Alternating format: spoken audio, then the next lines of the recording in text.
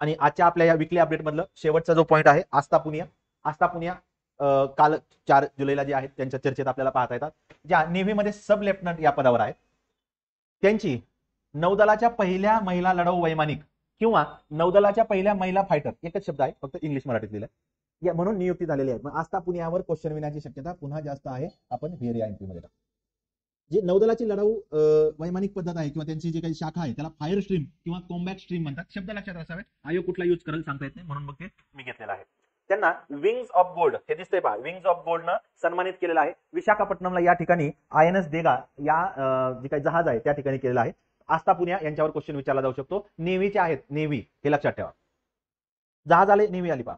मग का सरकारने याच्यावर नौदलाची काय भूमिका होती? नौदल म्हणतंय लैंगिक समानता आणि नारी शक्तीला प्रोत्साहन देण्यासाठी आम्ही हे पाऊल उचललेलं आहे आणि समानता आणि संधीची संस्कृती जी आहे ती विकसित करण्यासाठी आपण महिलांना लढाऊ जे काही वैमानिक म्हणून दर्जा दिलेला किंवा त्यांना काम करायची संधी दिलेली आहे.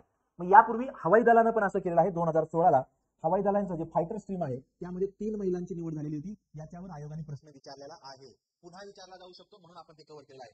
अवनी चतुर्वेदी, भावना कान आणि मोहना सिंग अशा या 3 महिला आपल्याला पाहता येतात. जे फायटर स्ट्रीम आहे त्याच्यामध्ये ते सहभागी झालेल्या आपल्याला पाहता येतात.